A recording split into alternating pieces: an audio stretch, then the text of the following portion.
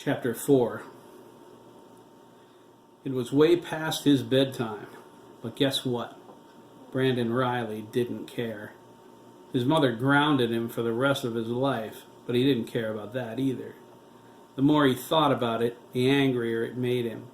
The angrier he got, the harder he pushed on the gas pedal of his mother's Honda CRX. The car lurched forward on I-395 in Putnam, near Little Dam Brook. The speedometer was maxed out. Brandon ignored it after it passed 120.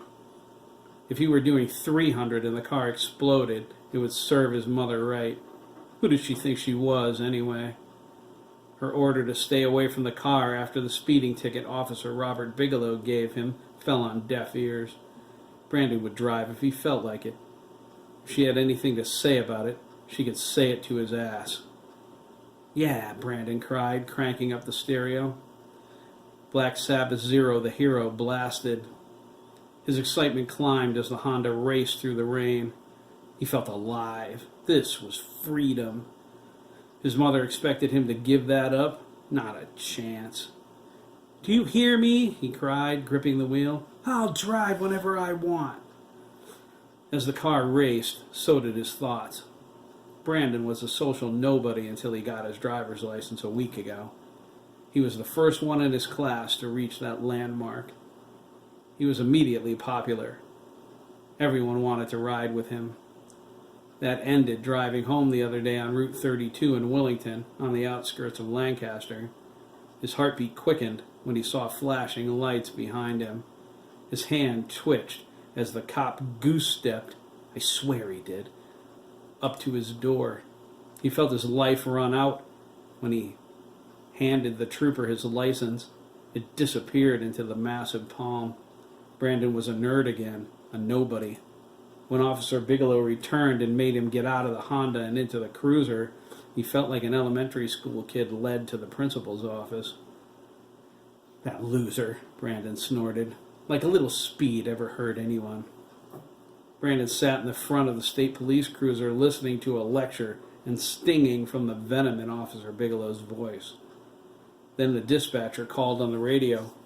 Brandon didn't know who Jack Dugan was, but the report seemed to anger the officer more than he already was. The next thing Brandon knew, Officer Bigelow shoved him out of the cruiser with his license and a killer ticket. Brandon stared at the summons as the cop sped away. He knew his mother was going to pitch the fit of the millennium, but it was even worse than he imagined. Brandon dropped his passengers off at their houses, a middle schooler named Tommy Lerner and some kid named Seth. He went home. His mother was waiting for him. She demanded to see the ticket. Tommy Lerner wasn't allowed to ride in cars at his age, so he recited the entire story of the speeding ticket to his angry mom to save his own butt. Mrs. Lerner called Brandon's mother about her son's irresponsible behavior. His mother demanded his car keys. "But Mom, how am I supposed to get to school?" His mother curtly replied, "Ride the bus." Brandon cringed. The bus, he thought? He felt his cheeks redden with the shame. Only freshmen and losers ride the bus. He considered that and added, well, freshmen, losers, what's the difference? "They may not let me ride the bus. I've been driving and..." "Then you'll walk.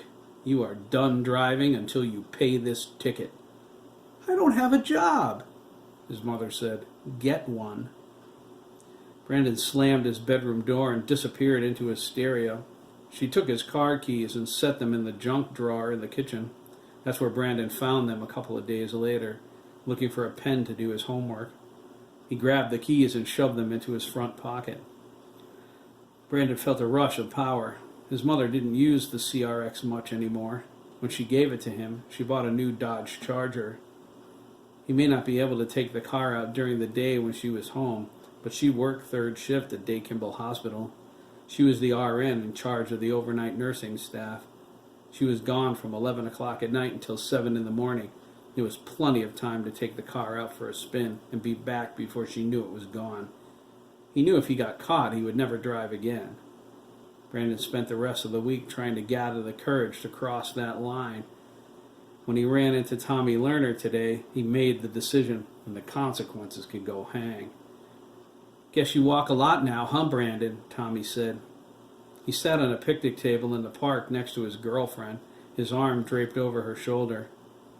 "My mom was going to kick the crap out of your mom," he continued. "You're just lucky she..." Tommy stopped in mid-sentence when he saw Brandon storming toward him. He cringed when Brandon said, "Excuse me," to his girlfriend. Tommy didn't even see the punch coming, but he felt it, square in his mouth. It echoed with a loud crack. Tommy rolled off the picnic table onto the grass. He hit the ground hard. The wind rushed out of him. By the time he caught his breath and his girlfriend helped him up, Brandon was gone. That's what Tommy thought, anyway. Brandon watched him from behind a panel van on the street. "You're lucky you ran," Tommy cried for the benefit of his girlfriend. "Next time I see you, I'm going to kick your ass." Brandon shook his head. "You better bring an army of little pussies like you, Lerner. You'll need 'em." Brandon leaned over the steering wheel and squinted into the windshield. The rain fell harder. He could barely see the road. "Come on," he whined at the sky. "I got the car. You're screwing my ride up." Brandon took the CRX out 10 minutes after his mother left for work. He leaped out of bed fully dressed. The storm raged, but it was of little consequence. He needed to be behind the wheel to feel whole again. He was disappointed he couldn't find anyone to ride with him. He checked the local late-night haunts for other teenagers, but there were none. The storm kept everyone in tonight. He would have preferred a witness or some company, but driving was the important thing. Brandon didn't care if anyone else knew. The wind shifted. Brandon cringed as the hammering rain stole his view of the road. A wave of anxiety swept over him. He let up on the accelerator. The Honda slowed. He gripped the wheel, stared hard, and saw the road. "There you are," Brandon said to the highway. He pushed his blonde bangs out of his eyes and eased the accelerator down to the floor. The Honda shot out into the storm. His cheeks glistened beneath a layer of sweat. "I thought I lost you. Oh my God!" Brandon's heart leaped. There was a deer in the middle of the highway. It turned toward the approaching lights. Brandon hit the brakes the same moment he smashed into it. The animal's legs snapped as it crunched onto the Honda's hood. It crashed into the windshield, breaking its neck. Glass shot into Brandon's face, cutting his cheek. He brought his hands up to shield his eyes. The Honda cut sharply to the right when he let go of the steering wheel. The inertia yanked the deer off the hood. It hit the pavement and rolled to the opposite side of the road. The force squished Brandon against the driver's door. He grabbed the wheel and yanked it to the left, desperately trying to avoid the tree in his line of sight. The Honda bit into the pavement through the thick cover of rainwater. It threw him upright in the driver's seat. There was a loud bang.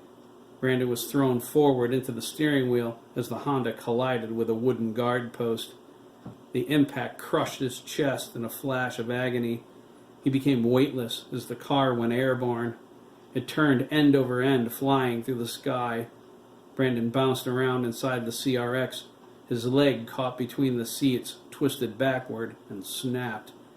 He thought, "Mom will kill me for sure this time." The Honda collided with a large oak tree, roof first, with a crunch. The scent of gasoline filled the air as the tank ruptured. The car flattened against the tree, shattering the rest of its windows. Brandon was between the top of the seat and the ceiling. Squished, his spine snapped, and the pain stopped. Brandon felt numb from his neck to his toes. The car ricocheted away and arced downward, landing upside down on the soft, wet ground.